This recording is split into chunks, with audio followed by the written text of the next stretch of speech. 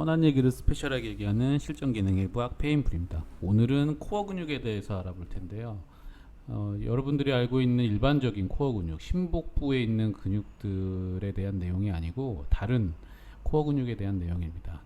자, 궁금하신 분들은 뒷 내용을 한번 확인해 보세요. 자, 코어 근육을 알아봄에 있어서 일단 일반적인 내용을 한번 볼게요. 자, 코어 근육은 심복부 쪽, 척추 쪽, 이쪽에 있는 근육들, 다음과 같이 있는 근육들을 통칭하는 말인데, 이런 게 흔히들 통용되죠. 뭐 헬스장을 가든 피트니스 요가 센터를 가든 코어 근육에 대해서 항상 그 중요성을 얘기하는데, 자, 외복사근, 내복사근, 복행근, 다혈근 이런 근육들이 언급이 됩니다. 근데 기능이나 뭐 부위에 따라서 조금씩 코어 근육에 대한 개념이 조금 다릅니다. 그래서 횡격막, 골반기저근, 뭐 요방형근 등등의 이런 근육들이 코어 근육으로 통용이 되곤 해요. 근데 이렇게 조금씩 이렇게 다르면서 개념이 조금씩 혼동됩니다. 그래서 그 혼동되는 거에 대해서 또 같이 뒤에서 한번 확인을 해볼게요. 자, 코어 근육을 먼저 알아보기 전에 정의랑 개념이 왜 중요한지에 대해서 말을 해볼게요. 자, 청바지는 뭐 흔히들 블루진, 청바지 이렇게 같이 사용을 하는데, 자, 그러면 옆에 있는 검은색, 흰색, 빨간색, 노란색의 이 청바지는 뭐라고 저희가 부르죠? 친구들끼리 뭐 가족 간에 흔히 얘기할 때는 뭐 이렇게 얘기하지 않나요? 검은 청바지, 하얀 청바지, 빨간 청바지. 이런 식으로 서로 소통하는 데 문제가 없죠. 통용하면서 사용하는 데 문제가 없지만 우리 업에 종사하는 사람들한테 이렇게 얘기하면 아마 소통이 잘 되지 않을 거라고 생각을 합니다. 그럼 어떻게 얘기를 해야 될까요? 자, 이 청바지를 만드는데 이 직물이 면직물 이름이 데님입니다. 그래서 데님 뭐 블루 팬츠 이렇게 얘기하는 데님 면바지, 데님 흰바지 뭐 이런 식으로 얘기하면 정확한 의미가 될 수 있겠지만 검은 청바지, 하얀 청바지는 뭐 말해서 표현해서 느끼는 것처럼 좀 어색하죠. 자, 그래서 일반인의 수준에서는 뭐 소통만 되면 상관없죠. 통용이 되더라도. 근데 전문가들끼리 얘기를 할 때는 이런 정확한 정의와 개념이 중요합니다. 자, 그거를 코어 근육으로 한번 얘기를 해볼게요.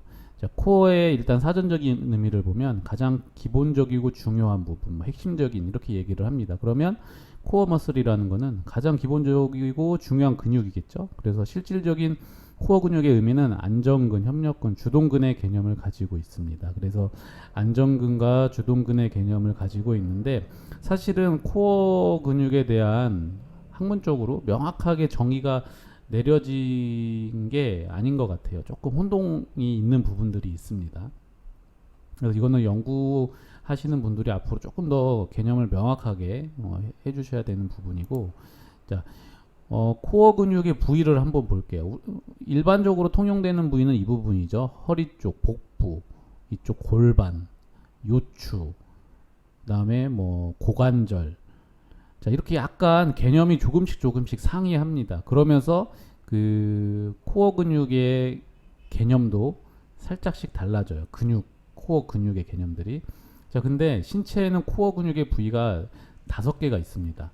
자, 목이 있고요. 어깨, 허리, 그 다음에 고관절, 그 다음에 발목. 자, 이 네 부위에 대해서 추가적으로 좀 더 알아볼게요. 자, 목의 코어 근육은 심부 구핀근입니다. 그래서 긴목근, 긴머리근, 전두지근, 외측두지근 이렇게 이제 대표적으로 있는데, 예를 들어서 긴 목근이 약화되면 목의 굽힘 동작을 할 때, 자, 누워서 머리를 들 때 긴목근이 약화되면 흉쇄유돌근이나 그 다음에 전사각근의 활성화가 커지면서 쓸모없이 근육이 더 일을 하게 되는 거죠. 자, 그래서 큰 근육을 쓰면서 에너지 효율에도 안 좋고, 그 다음에 목의 정렬에도 안 좋고, 목의 통증.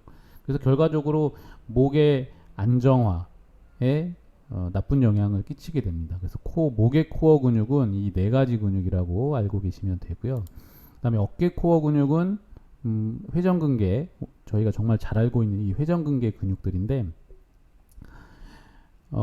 가시 아래근, 어깨 밑근, 가시 위근, 작은 원근 이 네 가지 근육들은 정말 유명하죠. 근데 제가 조금 더 관심이 가고 하이라이트를 두는 근육은 이 어깨 밑근하고 작은 원근입니다. 왜냐하면 상대적인 건데 자, 가시 위근하고 가시 아래근의 움직임은 조금 1차원적이라고 보면 그러니까 하나의 축에서 주로 발생한다라고 치면 상대적으로 이제 어깨 밑근하고 작은 원근은 좀 3차원적으로 움직임이 일어납니다.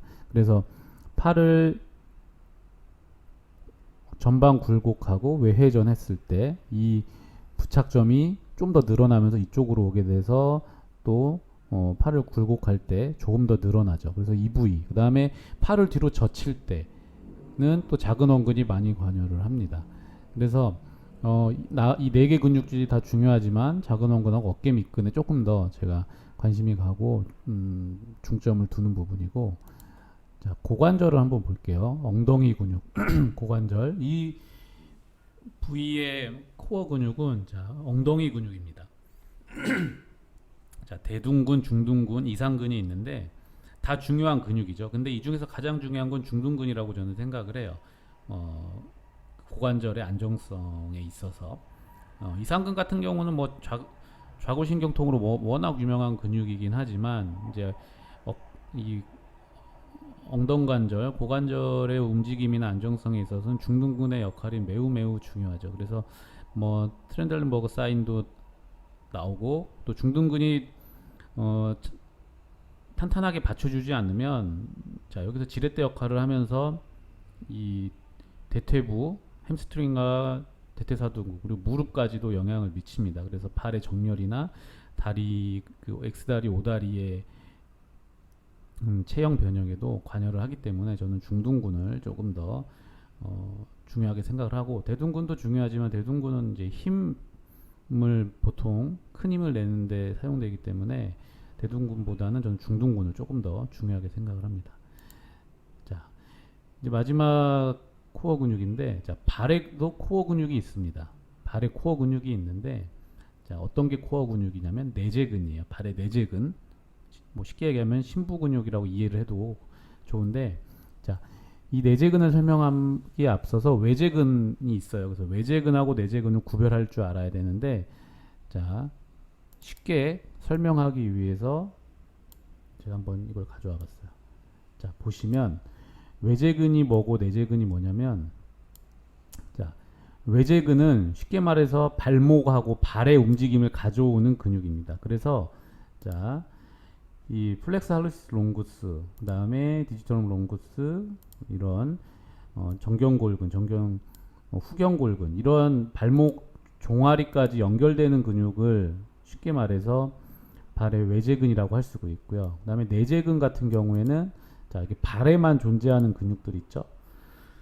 자, 이 벌레근, 충양근, 그 다음에 뭐 디지털 짧은 굽힌근, 그 다음에 엄지 벌린근, 몽구 새끼 그다음 벌린근 이런 근육들 그다음에 여기도 발가락 신전근 이런 근육들이 발의 내재근입니다. 근데 이러한 근육의 역할은 자, 발이 종아치가 있고 횡아치가 있는데 이 두 개의 아치를 형성하는 역할을 합니다.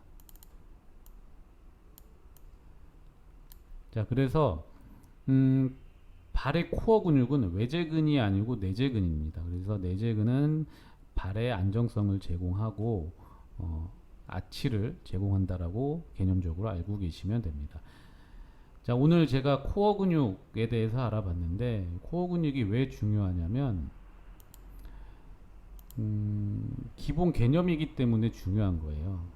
대표적인 예로 코어 근육을 예로 들었지만 여러분들이 공부함에 있어서 기본 개념, 정의를 탄탄하게 가지고 있어야 사고의 확장이나 또 궁금증이 계속 생기면서 뭐 비판적인 사고도 할 수 있고 조금 더 유연하게 대처할 수 있습니다. 그래서 앞으로 공부를 하시면서 이런 기본 개념의 중요성을 빠뜨리지 말고 잘 챙겨 놓으시면 나중에 한순간에 이런 지식이 확장될 수 있습니다. 자, 오늘은 여기까지 하고요. 다음에 더 좋은 영상으로 찾아뵙도록 하겠습니다. 감사합니다.